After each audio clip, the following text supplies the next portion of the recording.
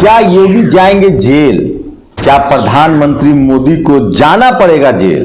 कयास तो कुछ इसी तरह से लगाए जा रहे हैं। जिस तरह से राजनीति की है योगी जी और मोदी जी ने, जिस तरह से विरोधियों पर रेड मारा है, जिस तरह से लिंचिंग हुई है, जिस तरह से लोगों की हत्याएं की गई है और जिस तरह से विरोधियों को दबाया गया है, आप कल्पना कीजिए जिस तरह से आजम खान के साथ हुआ है, जिस तरह से मायावती जी के साथ हुआ है, जिस तरह से अखिलेश यादव के साथ हुआ है, जिस तरह से लालू यादव को जेल में डाला गया है, आप कल्पना कीजिए कि कल यूपी से योगी जी की सरकार जाती है तो क्या होगा।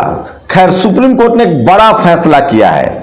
योगी जी के गाल पर करारा तमाचा लगा है। इसी सबसे उम्मीद बनती है कि देर सवेर कानून की चक्की बहुत महीन पीसती है। भले योगी जी ने अपने ऊपर से सारे केस हटवा लिए हैं, भले ही सवर्णों को रेप करने के बाद भी पुलिस नहीं गिरफ्तार करती है, लेकिन गारंटी नहीं है कि यही सरकार हमेशा रहेगी। अगर सरकार बदलेगी तो कल्पना कीजिए कि क्या होगा। नमस्कार, मैं शंभू कुमार सिंह और आप देख रहे हैं नेशनल दस्तक।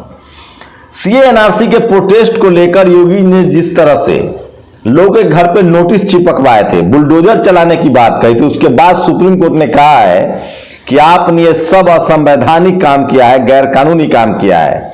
या तो इन सारे नोटिस को आप वापस लीजिए या फिर हम आदेश जारी करेंगे और आपकी हैसियत कैसे हुई अपने हिसाब से एसडीएम नियुक्त करने की।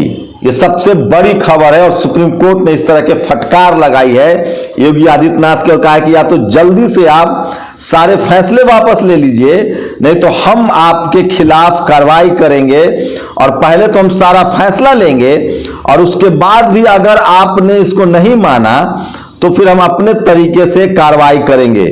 यह सबसे बड़ा फैसला है, लेकिन इस पर कोई बात नहीं करेगा। देखिए, सीए प्रदर्शनकारियों को नोटिस के मामले में योगी सरकार पर बिफरा एससी, उधर पुलिस पर भी भ्रष्टाचार, तो इस तरह के आरोप लगे हैं। और सोचिए किस तरह से राजनीति की कर रहे हैं योगी और मोदी, किस तरह से विश्वमन कर रहे हैं और सब कुछ मीडिया के इशारे पर और मीडिया को साथ लेकर हो रहा है। आप कल्पना कर सकते हैं कल अगर अखिलेश यादव की सरकार आ गई तो क्या होगा। आजम खान ने यही कहा है कि अगर हमारी सरकार आ गई तो पत्रकार भी सुरक्षित रहेंगे और इस देश की जनता भी सुरक्षित रहेगी। बीएसपी सुप्रीमो मायावती भी इसी ताक में है। मैं फिर कह रहा हूं, जो मेरे सूत्र बता रहे हैं, यूपी चुनाव में अखिलेश अगर गठबंधन कोई बनेगी, गठबंधन की जरूरत होती है जिसकी उम्मीद लग रही है, तो सपा और बसपा का ही होगा। क्योंकि सब लोग सोचिए किस तरह से स्वामी प्रसाद मौर्य ने अंतिम वक्त पर ऐलान किया कि मैं पार्टी नहीं छोड़ूंगा। सबको डराया जा रहा है। मेरे जैसे आदमी पर जब इनकम टैक्स की नोटिस चिपका सकती है सरकार दर्जनों बार, सारे स्टाफ को नोटिस भेजा जा सकता है, तो सोचिए किस तरह से रेड मारे गए हैं, किस तरह से विरोधियों को डराया गया है। और साफ है कि राफेल घोटाले में प्रधानमंत्री का नाम अभी किसी ने भूला नहीं है। और राहुल गांधी जिस तरह की भाषा का इस्तेमाल कर रहे हैं, उन्होंने साफ कहा है कि मैं मोदी से नहीं डरता हूं, मुझे उसके अहंकार पर हंसी आती है। सोचिए ब्राह्मण कैसे होता है। हेमंत विश्व शर्मा जो अभी असम का मुख्यमंत्री है, वो एक मामूली आदमी हुआ करता था। कांग्रेस ने उसको एमएलए बनाया, मंत्री बनाया।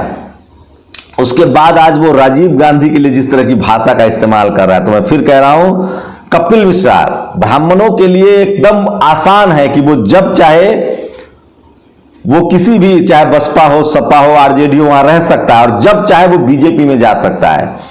ये सहूलियत एससी एसटी ओबीसी माइनॉरिटी के नेताओं के नहीं है। लेकिन मैं फिर कह रहा हूं, इन तमाम संघियों को कांग्रेस ने ही पाला है।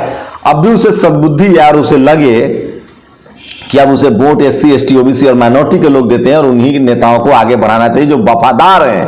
भूपेश बघेल वफादार हैं, पुनिया वफादार है, लालजी लिलोटिया वफादार है, नितिन राउत वफादार हैं, खड़गे साहब वफादार हैं, शिंदे साहब वफादार हैं, जिन्होंने पार्टी नहीं बदली। लेकिन पता नहीं कांग्रेसियों को कब सद्बुद्धि आएगी। तो खैर, जिस तरह से योगी ने फैसले किए, अगर यूपी में सरकार जाती है बीजेपी की, तो यकीन मानिए 2024 में भी मोदी का जाना तय हो जाएगा।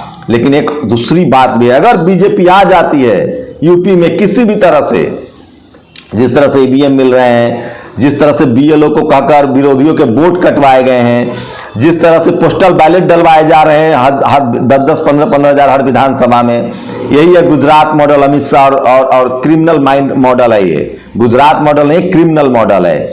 अगर बीजेपी आ जाती है तो यकीन मानिए हम जैसे लोगों का इस देश में रहना मुश्किल हो जाएगा, या तो हम मार दिए जाएंगे या जेल में डाल दिए जाएंगे। और मैं फिर कह रहा हूं, मैं उम्र से मरना पसंद नहीं है मुझे। मैं चाहता हूं कि मैं बाबा साहब फुले पेरियार अंबेडकर की विचारधारा को लेकर लड़ता रहूं, बोलता रहूं, ये सरकार मुझे जेल में डाले। मैं फिर कह रहा हूं, जिंदगी शानदार होनी चाहिए, लंबी नहीं। हमारी आने वाली, सोचिए जगदेव बाबू को मार दिया, क्या हम उनको भूल गए? तिलका मांझी, बिरसा मुंडा, इनको मार दिया, हम भूल गए? नहीं भूलेंगे, हम लड़ेंगे। किनको याद कर रहे हैं हम? फुले पेरियार अंबेडकर, रामस्वरूप वर्मा, पेरियार ललई सिंह यादव, जगदेव बाबू, सावित्रीबाई फुले, ज्योतिबा फुले, कबीर, बुद्ध, रविदास, किनको याद कर रहे हैं? जिन्होंने लड़ाई लड़ी है। तो मैं लड़ूंगा, इनसे डरूंगा नहीं। लेकिन जिस तरह से ये लोग पॉलिटिकल वेंडाटा में राजनीति कर रहे हैं, संजोग मानिए कि कल बीएसपी सुप्रीमो मायावती या अखिलेश यादव मुख्यमंत्री बन जाते हैं तो इनकी क्या औकात रहेगी। इसलिए राहुल गांधी ने कहा, मुझे नरेंद्र मोदी से डर नहीं लगता, मुझे उसके अहंकार देखकर हंसी आती है। बस सिर्फ इतना है कि तब जब ये लोग सीएम पीएम बन जाएं तो किसी चाटुकार के चक्कर में न पड़ जाएं, ये समझना पड़ेगा। सोचिए, कासगंज पुलिस हिरासत में हुई अल्ताफ की मौत मामले पर इलाहाबाद हाई कोर्ट का आदेश, दोबारा हो अल्ताफ का पोस्टमार्टम। क्या इस मामले में जेल जाने चाहिए उस सरकार? मुख्यमंत्री की जिम्मेदारी होती है, अपने ऊपर आपने केस खत्म करवा लिया। मारे जा रहे हैं लोग, पिछड़ों को हत्याएं हुई है, मुसलमानों की हत्याएं हुई है। कोर्ट को भी अब संज्ञान लेना पड़ेगा। कब तक आप? और what A hero Mehboob, he jumped. ये वीडियो देखिए, सोशल मीडिया पर वायरल हो रहा है। एक महिला ट्रेन के आगे छलांग लगाती है, एक मुस्लिम युवक अपनी जान की बाजी लगाकर ट्रेन के नीचे कूदता है और उस महिला को बचाता है जब तक वो ट्रेन क्रॉस नहीं कर जाती है। ये सोशल मीडिया पर वायरल है। और दिग्विजय सिंह की राजनीति देखिए, मोदी के शासन के कुछ विकास, ड्राइविंग लाइसेंस 250 में बनता था, 5500, स्टील की कीमत 3600 थी, अब 6500, रेत थी 1500, अब 6000, डिश के रिचार्ज 100 था, अब 350। लेकिन इससे क्या फर्क पड़ता है? और ये देखिए राहुल गांधी किस तरह से हेमंत विश्व शर्मा ने राहुल गांधी को बेइज्जत किया है। तो बेइज्जत तो करेगा ही। आप जब ब्राह्मणों को चुनेंगे तो वो तो अपना असली रंग दिखाएगा। इस देश का हर सवर्ण जो है वो बीजेपी के साथ है। इसमें नया क्या है? एससी एसटी ओबीसी माइनॉरिटी के लोगों को एकजुट होना पड़ेगा। ये कांग्रेस भी उसी तरह की है। गुंस ऑफ, ये देखिए वीडियो वायरल हो रहा है, एबीपी के गुंडे जो है हिजाब वाली महिलाओं पर गंदा पानी फेंक रहे हैं। और कर्नाटक हिजाब का मामला जो है वो अमेरिका पहुंचा। अमेरिका के राष्ट्रपति ने कहा है कि ये किसी के भी धार्मिक स्वतंत्रता का हनन है, दुनिया भर में नाम खराब करेंगे ये। बाबा साहब ने सपना देखा था कि हम एक बेहतरीन मुल्क बने जहां दुनिया के लोग वीजा लेने के लिए तरसे, लेकिन इन्होंने ऐसा हाल कर दिया कि यहां के लोग किसी कीमत पर अब विदेश भाग जाना चाहते हैं। ये है इनकी करतूत। ये कॉलेज नहीं बनाएंगे, यूनिवर्सिटी नहीं बनाएंगे, जानबूझकर देश को बर्बाद कर रहे हैं। और रवीश कुमार ने एक अच्छा जवाब दिया है मोदी को। मोदी उस दिन कह रहे थे परिवारवाद ने देश को बर्बाद कर दिया, लालू, मुलायम, हेमंत सोरेन के परिवार ने। इनसे पूछिए, अंबानी अडानी ने देश को बर्बाद कर दिया, पूंजीवाद ने देश को बर्बाद कर दिया। इससे पहले मीडिया खबर चलाती थी राजनीति में गुंडागर्दी। राजनीति को सिर्फ और सिर्फ पैसे वाले लोग कंट्रोल कर रहे हैं, और वो भी अंबानी और अडानी। और इसलिए श्याम मीरा सिंह ने कहा कि पता नहीं जिस तरह से निर्मला सीतारमण टैक्स लगा रही है गलत चीजों पर, कल रेप पर टैक्स लगा देगी, रेप कीजिए टैक्स दीजिए, मर्डर कीजिए टैक्स दीजिए। जब आप बिटकॉइन को टैक्स में ला सकते हैं। और रूबिका लियाकत को लेकर आज भी सोशल मीडिया पर वायरल है लोग। वो पहले दिल्ली में वोट करती हैं, फिर यूपी में वोट करते हैं, अब लोग कह रहे हैं कि वो राजस्थान में भी वोट कर सकती हैं। तो ये बहुत, और ये प्रधानमंत्री की कुर्सी का वीडियो खाली लगातार दिखाया जा रहा है। हेलीकॉप्टर वाले वीडियो दिखाया जा रहा है। जिस समय हेलीकॉप्टर गिर रहा था उस समय भी उनकी कुर्सियां खाली थी। कितने अनपॉपुलर है। और भाषण तो वो टेलीप्रॉम्प्टर से पढ़ते ही हैं, और चारों तरफ सिर्फ हाथी हाथी। तो ये बीएसपी के अच्छे परफॉर्मेंस है। और राजस्थान में एक और खबर आई है कि घोड़ी चढ़कर शादी नहीं कर सकते हैं। ये सोशल मीडिया, सोचिए पता है इनका घोड़ी से क्या रिश्ता है। हेलीकॉप्टर चढ़ सकते हैं, घोड़ी नहीं चढ़ सकते हैं। और हिजाब से दिक्कत है मनुवादियों को, हिंदू राष्ट्र में दलित घोड़ी नहीं चढ़ सकता आज भी। राजस्थान 32 साल बाद जज और एसपी की मौजूदगी में दलित दूल्हे की घोड़ी पर निकली बारातें, स्क्रीनशॉट लगाएं जरूर। और निधि रतन ने इसको लिखा है कि इनकी हिपोक्रेसी देखिए, हमको हिंदू कहेंगे लेकिन घोड़ी नहीं चढ़ने देंगे। और सीए प्रदर्शनकारियों को नोटिस के मामले में योगी सरकार बिफरा, एससी ने। और भारत ने 36 राफेल खरीदे थे $8.7 अरब में, इंडोनेशिया ने $8.1 अरब में लिए 42। सबसे बड़ा भ्रष्टाचार हुआ है ये जेल जाएंगे ये लोग अगर अगली सरकार आती है और प्रॉपर जांच करवाती है। सोचिए, इंडोनेशिया ने भी इनसे अच्छी सौदा किया है, उसने 42 राफेल खरीदे हैं $8.1 अरब में, इन्होंने 36 खरीदे थे $8.7 अरब में। अभी आपको ये टीवी अखबार नहीं बताएगा। और Pune FTTI film institute and television application for the following post है ये।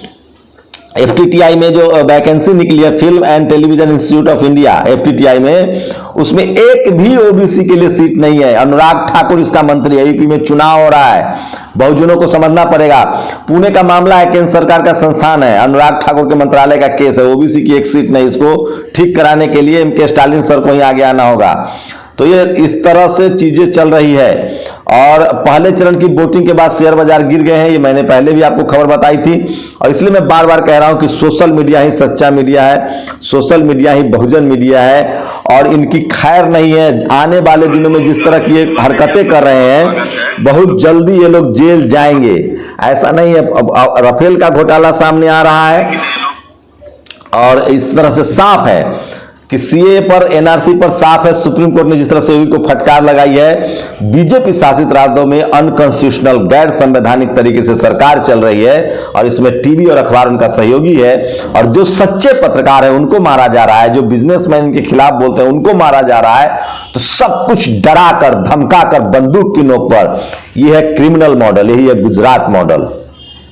क्या इस सरकार बदलेगी तो इन सब का हिसाब होगा। कल क्या केंद्र में कोई सरकार बदलती है तो मोदी जी जेल जाएंगे, जिसकी पूरी संभावना है। जिस तरह से विरोधियों को डरा रहे हैं, जेल में डाल रहे हैं, जिस तरह से आम लोगों को मार रहे हैं विरोधियों को, वो दिन दूर नहीं जब अगर इनकी सरकार जाती है, अगर चली गई, तो ये सब योगी और मोदी को भी झेलना पड़ेगा। आप लोग की क्या प्रतिक्रिया, अपनी प्रतिक्रिया जरूर दीजिए। शुक्रिया। नेशनल दस्तक की आपसे गुजारिश है कि अगर इसको बचाना चाहते हैं तो नेशनल दस्तक को सब्सक्राइब करने के लिए रेड कलर के सब्सक्राइब बटन को दबाएं, फिर बेल आइकन की घंटी दबाएं। नेशनल दस्तक को बचाने के लिए बहुत जरूरी है कि हर खबर को शेयर करें, लाइक करें, कमेंट जरूर करें।